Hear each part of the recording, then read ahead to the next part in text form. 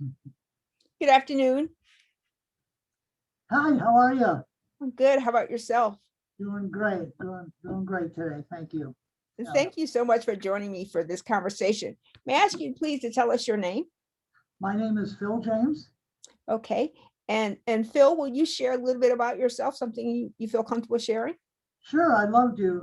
I think it'd be appropriate just to kind of give you my background and what I grew up with. And since this is a year of diversity and culture and things, and um, when I was a little boy, I'm from the Rochester, New York area. So when I was a young boy, my grandfather had a big fruit farm. And on that fruit farm, he had two migrant workers every year come up and work for him. And I always noticed how well he treated this husband and wife. And they picked apples for 3 or 4 months every year. And I just remember looking up the tree and waving to him and saying hello. But I didn't realize until I got older that most of the farmers that had migrant workers come up, and they were almost all black people, come up from Florida, that they would just give them a little tin shack to live in the whole time they're up there. And it dawned on me that my grandpa was probably a step above on that because he actually brought in a nice trailer for him. And that was like a home run for a family to come, the husband and wife to come up and live in. So that always kind of stuck with me, thinking, okay, my grandpa really appreciated these people. I mean, they came up to work and so that kind of stuck with me. I was brought up in the city and then I moved to the suburbs. Um, and in the high school I went to, there was probably 3 or 4% black people that went there, kids, and two of the they always sat at their own two tables. It was kind of interesting, but when we were out in the school, they interacted with everybody. It was really interesting. I never really felt that there was, there's all this with the racism going on and everything. I never really felt that growing up in my high school because everybody just kind of talked to each other. I'll never forget two of the guys who were just the friendliest guys. They were good athletes, played on the basketball team, um, and then after high school, went to college, and then after college, started out in the workforce myself. I was been in sales my whole life. I sold hardware and software. And the thing that really hit me is I had to fly from Rochester, New York to New York City every 2 weeks for about 10 years. Called on a very large corporation there. And they had a whole diversity of people there. And the two most loveliest ladies that I worked with, I'll never forget it, Elsie and Brenda, two black ladies that I worked with for years there. But what always amazed me was their background because we got to know each other really well. And I just could not believe, especially Brenda's background. She grew up in the projects, tough background. And I just was amazed how she would go back to see her mother, who still lived in the projects because she was working at this corporation. She picked herself up. How much the people there, she told me, would ridicule her in the projects.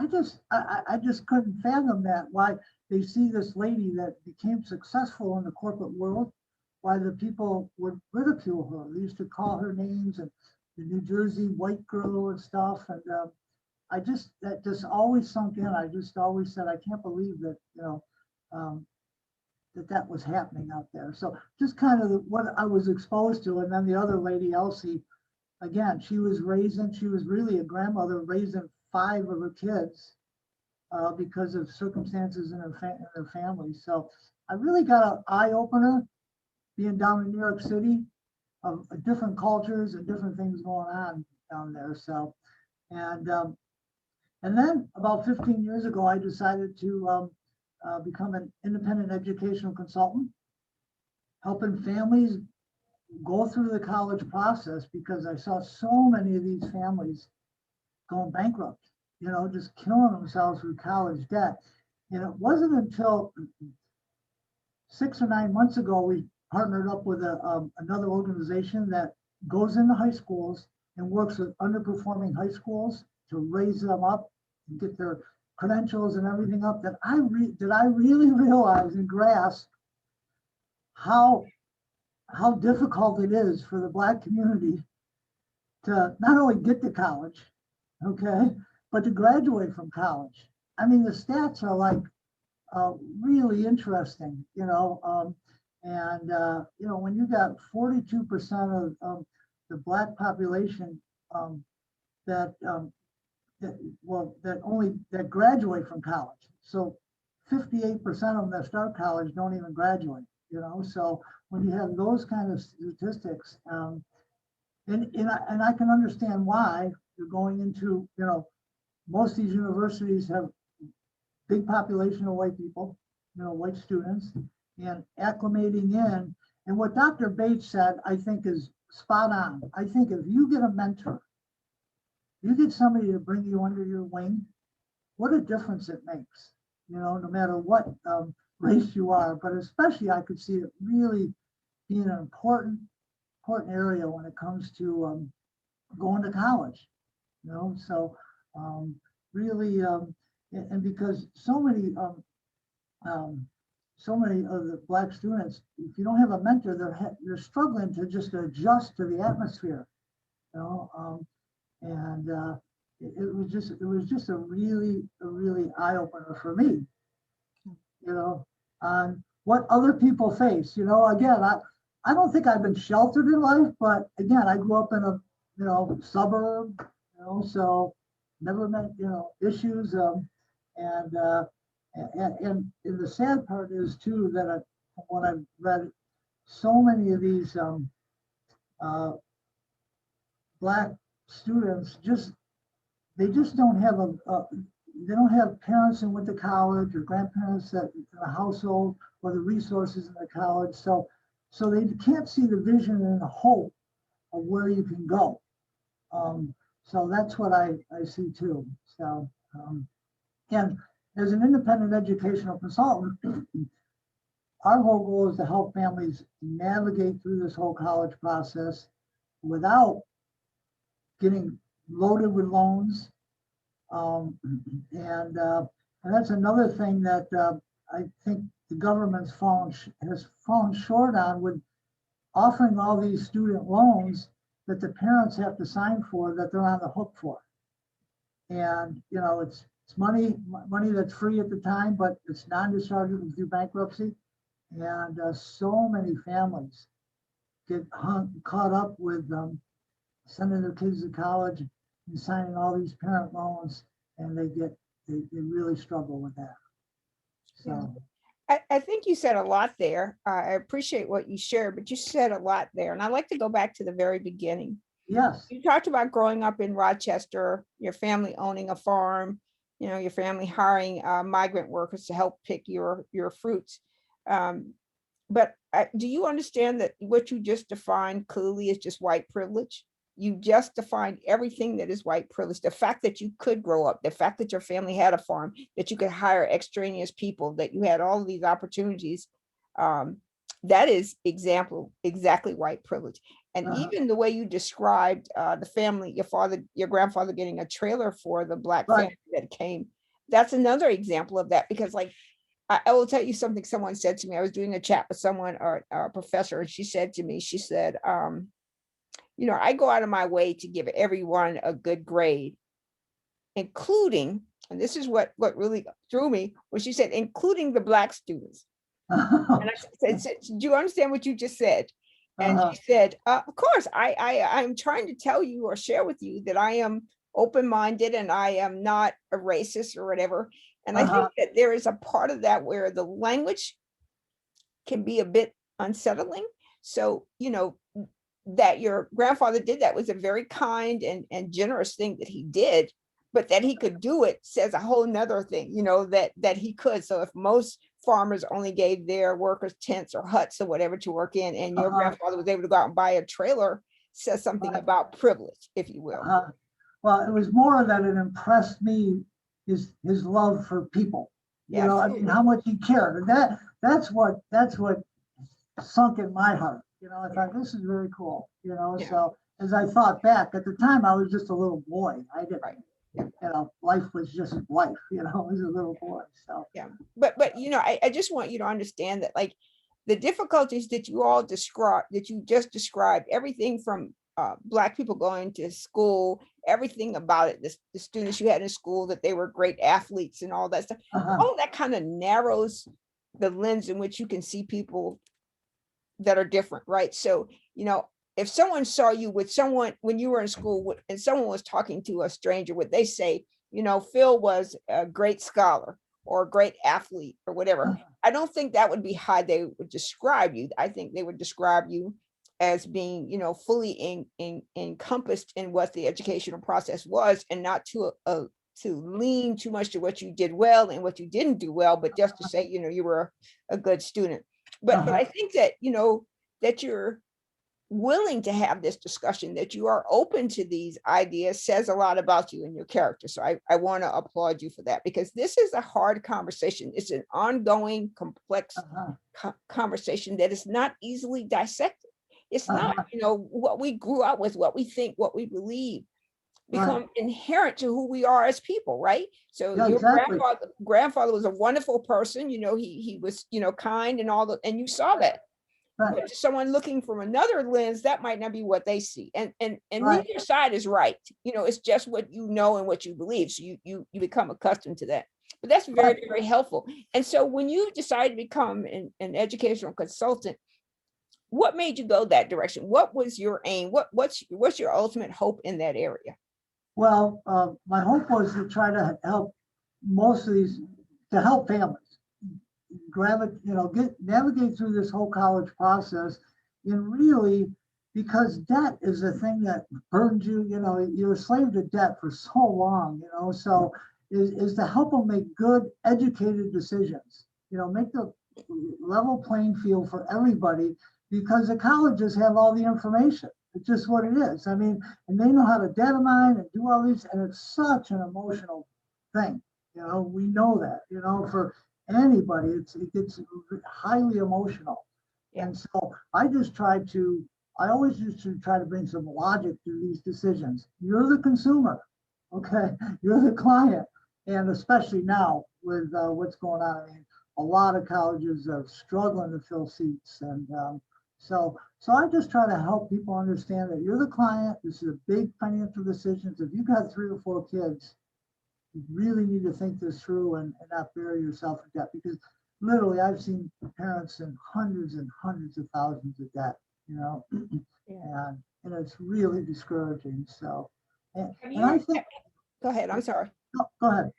Now, has your research borne out to you who the minority students are in higher education? Yeah, I mean, again, the ones that go into higher education, I mean, 30-40% go into higher education.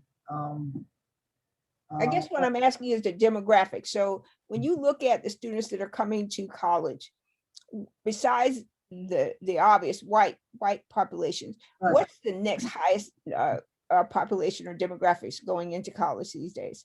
Well, in America, it's probably, again, Blacks, and then probably our Asian population. See a lot of Asians, And believe it or not, the Asian population is the second highest population going into college these days. Yeah. From Yeah. whether they're international or national, that's the highest.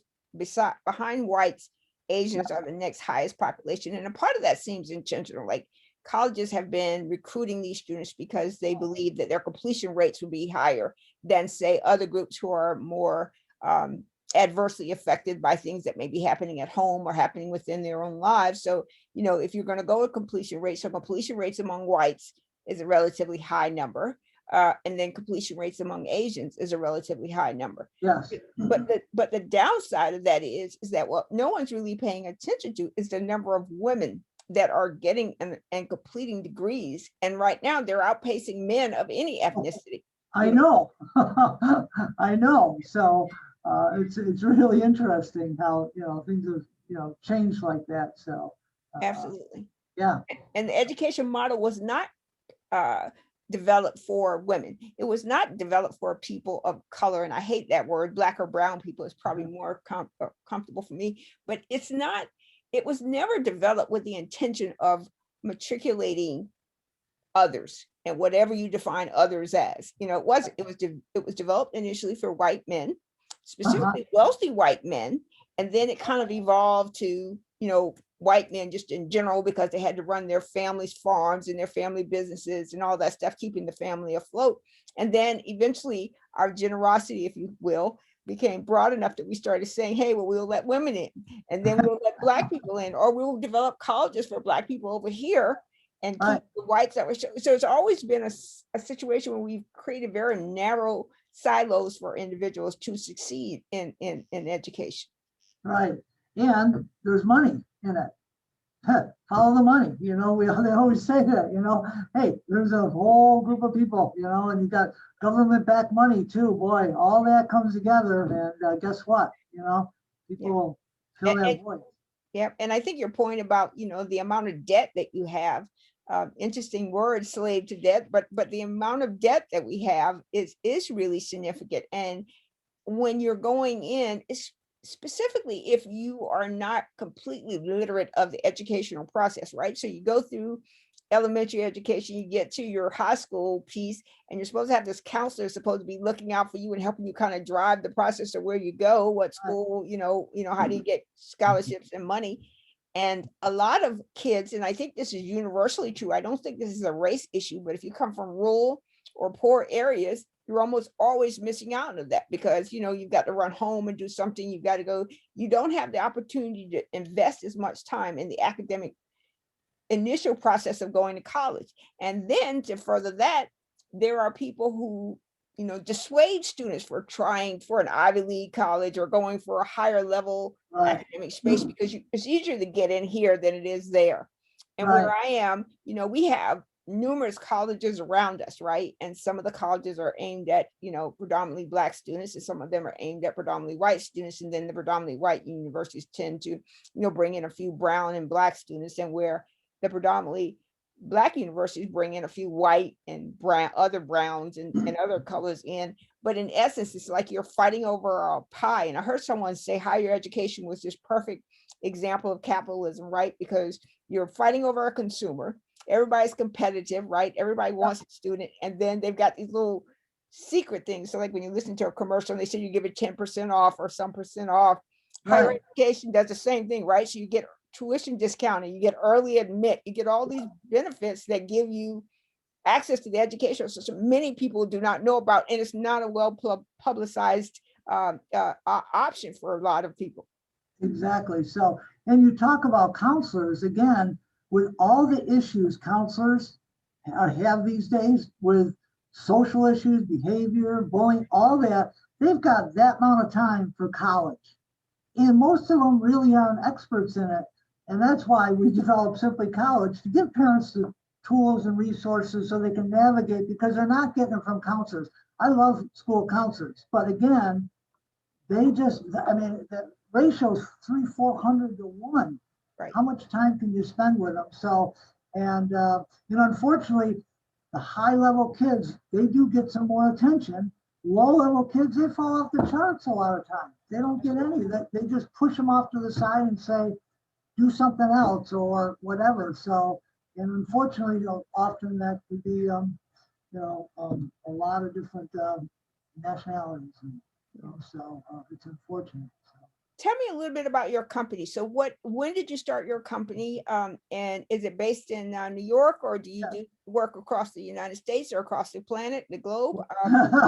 We work across the United States, and I had the company for the first 12 years where we work face to face with families. And that's how I got to get all the expertise and knowledge, all kinds of families and situations, going to all different colleges.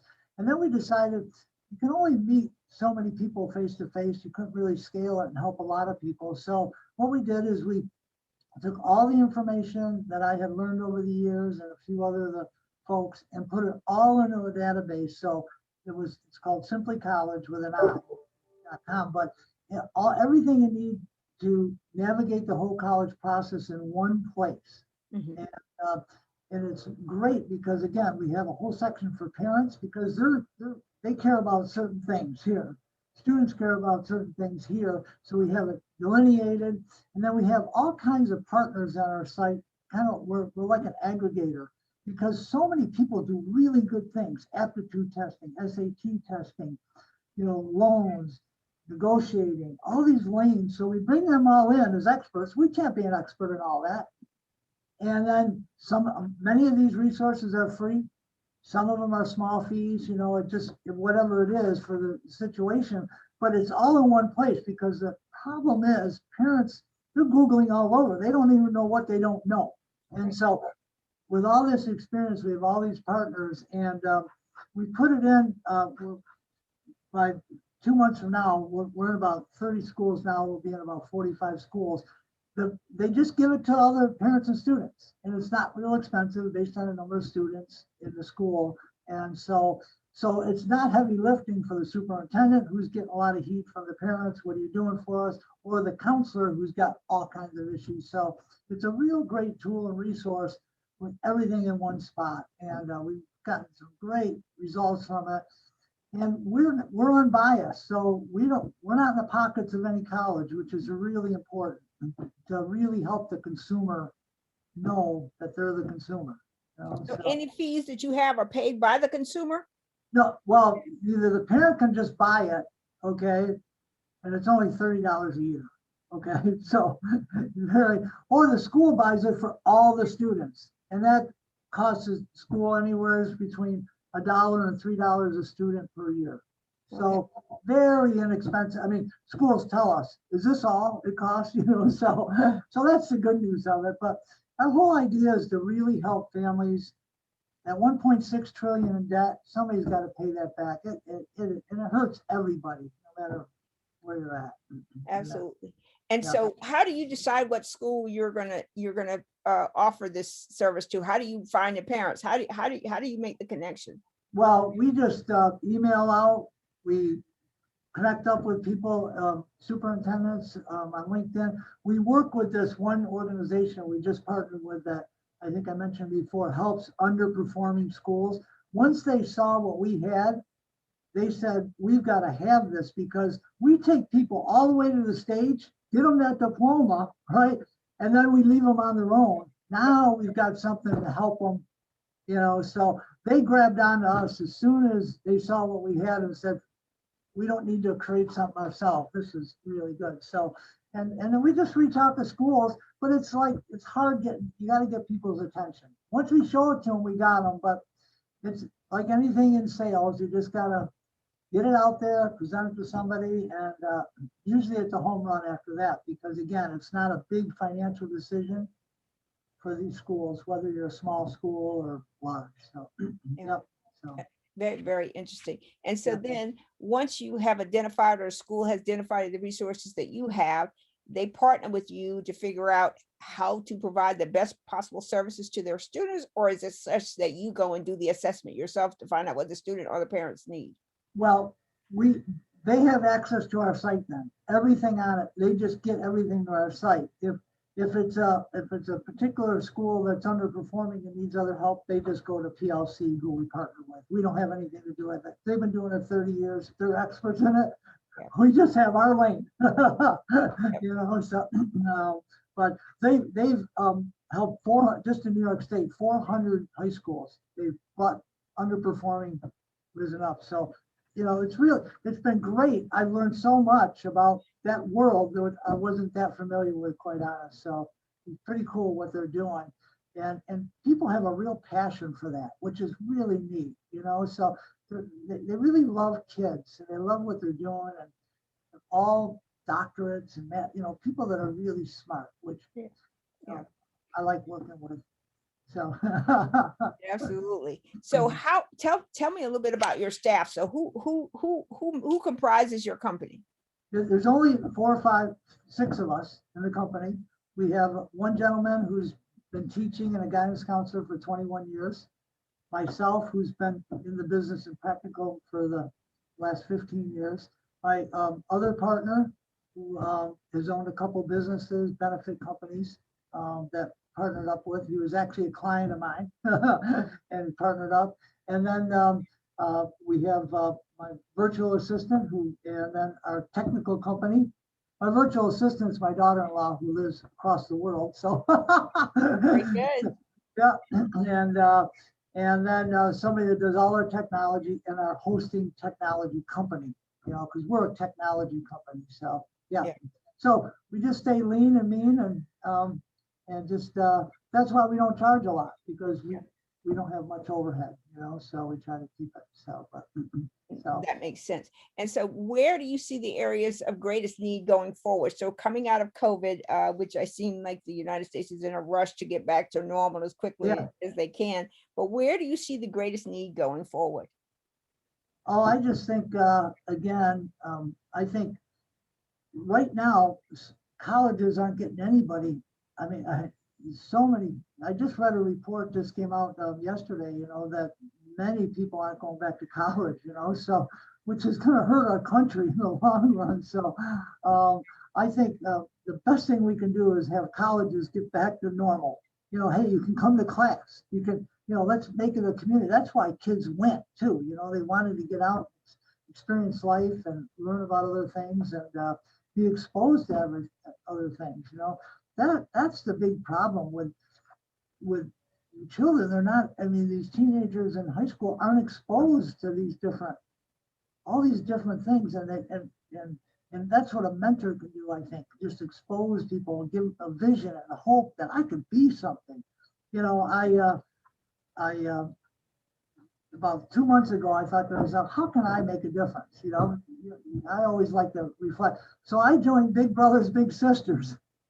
So just went through all their tests and everything, because I just want to help one person if I can, take them under my wing. And I said, I want a teenager. I want somebody I can take under my wing and just give them a hope and a vision that they can make a difference in the world. So I just think we all can do something. If we can't do things on a big scale, we should do something right where we can. And I love people, so Absolutely. so That's wonderful. So in your work to become a big brother and big sister, big brother, big sister, yeah. big sister, would you take a black or a brown student under your wing and do that same thing for? Oh yeah, no, that's what they asked. I said, I don't care. Whoever has a need, I'm all in. So, and they have a wonderful system. I cannot believe how professional they are. I mean, I was blown away how really good and thorough and professional, and so it's cool. So they're looking for a little, they call them, for me now. So I'll start that in the next month or two. So absolutely. And so with your work in education and your time in Rochester, what part of the United States do you see as the biggest area that has a greater need in the education space right now? So is there any particular region of the United States that you know of, or in your research you found that you say, hey, we need to direct our efforts here? Or have you just said, we're going to just work and whatever comes our way will come to our way? Yeah, we've been just kind of whatever comes our way. We find a lot of people in the Midwest seem to have an interest. We've got a number of high schools in Idaho, so, and in Chicago, the big school district there, so it's really across the board. We have some small Catholic schools, some Christian schools, public schools. It really, but so it's wherever we can, find somebody that sees that there's a need, so, but I think there's a need everywhere for what we have. So, well, before we run out of time today, I do want to tell a little story. Okay. So on my Black History Month. Okay. So really, 3 times now I've been to South Africa. I don't know how many people watching this have ever been to South Africa, but I think it's the most beautiful country in the world, so I mean, it is absolutely spectacular. So, and just because of the landscape, everything going on there. But this last time I went was actually last February, right before COVID. I didn't know that's a whole other story. So we went over there and toured around, but we went down to Cape Town. And I've been to Cape Town a couple times, and it's my favorite place in the world, that city. So this time, my wife and our couple we went with said, let's go out on this tour to Robben Island. And we went out to Robben Island, and that was the most incredible experience I've had learning about Nelson Mandela. I'm telling you, and that was when you go in there to Robben Island and you take the boat over, you're not too far off of the shore to there. You know what I'm talking about there. And the guide that takes you around, every guide that takes you around on Robben Island was a prisoner there. I tell you, you talk about hitting home and understanding, getting a real feel for what it was like there. And then what Nelson Mandela did was incredible, you know, and 18 years of chipping away in a quarry, showing us this little space that he had to live in, not bigger than my desk with a mat. It was really, really interesting. And I thought, what a man. And then, you know, the best part of the whole story is when he got out, what he did to become president and to take apartheid out of South Africa, his whole life, I mean, again, that part of his life that I just love about him, he went in there with forgiveness on his heart and love for his country and all the people, not just blacks, not colored, not the Indian, everybody. And what he was able to accomplish was phenomenal, you know. So I just, that's my Black history to anybody listening. It is a cool, it was the best. I've never been on a better history lesson in my life. Got more respect for a gentleman that turned a country around. I mean, to think what he did. And he was a tough kid when he was younger. And he went there because of his political, you know, because he was a political prisoner, you know, there. So, and he was supposed to be in there for life. So, anyways, I wanted to share that with anybody watching this because coolest thing I've ever been a part of is a, you know, history lesson. And to have the guy walk you around that was a prisoner. You know what was really cool too about it? I'm sorry if I'm going on a little bit about this, but what was really cool is when you came into that prison, they brought you in, all the older people, it didn't matter what your age was, they brought you in as a family. They talk about how the whole group of them, you know, only 200 in the whole prison, became a family. And I asked the guy, I said, how old were you when you came in here? 15 years old. I couldn't believe it, you know? So anyways, that's enough. I just wanted to share that with you. Oh, thank you for sharing. But let me ask you a question. How old were you in the 1950s? How old were you? I was just born. So you were born in the 50s. Yeah, 1955. So how much of the Jim Crow South do you remember or were taught to you in school? Not much. Not a whole lot, you know. I mean, that I can really remember, you know. So no. You know, I think one of the interesting pieces about, you know, history in and of itself, like I think Nelson Mandela, Martin Luther King, you know, Mahatma Gandhi, Malcolm X, and some of the other leaders at the time bring a different perspective to these things. And so when we look back at them historically, we look upon them without seeing all the struggle, right? So how bad that really was, you know. And it's amazing what Nelson Mandela was able to do. And it's a very wonderful story. But America has such a heinous history of what we did to the people we brought here. So we came here and found Native Americans and we did everything we could to destroy them. And then we went to Africa and we got some people and we brought them here and we've done everything possible to either destroy them or to hold them back over the years. And so now we want to be hospitable and something another, but we are not comfortable with looking back at what has happened. So when you talk about Nelson Mandela and your visit, I mean, it's wonderful. I mean, for a lot of Black people, they have not been beyond the borders of the United States. for a Oh, lot of other Black people, going to Africa is a very hard thing to do, regardless of the part you go, whether you go to South, West, East, wherever you go, it's a very hard place to go because there's so much you don't know. And I think what was really interesting is when you talk about your grandfather, um, many of us cannot go back 4 generations to find out who we are, you uh, know. And so it's Black history is one of those things where it's so uncomfortable yet so important. And so for each incident, so even the month of February to be Black History Month, I don't even know what that means. I mean, so it's like people take time to talk about Black history as it's as if it was an anomaly or like some kind of quirk. But this is a life that we have lived for hundreds of years, and we continue to live it to some degree. And so, while it's wonderful to see what all the great people who have come before us has done and the sacrifices they have made, the fight still continues. The fight still exists.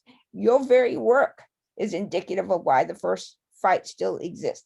My work is why the fight still exists. And how do we get on the other side of it? What has to happen for us to see each other as human beings and not as racial constructs? yeah. Well, I always go by one thing, love your neighbor. So I try to just love my neighbor as my, that God directed me. So that's just that's what, I just got friends in all different colors and, I just, and so, and you can only, you know, do what you can yourself, so that's, but I hear you.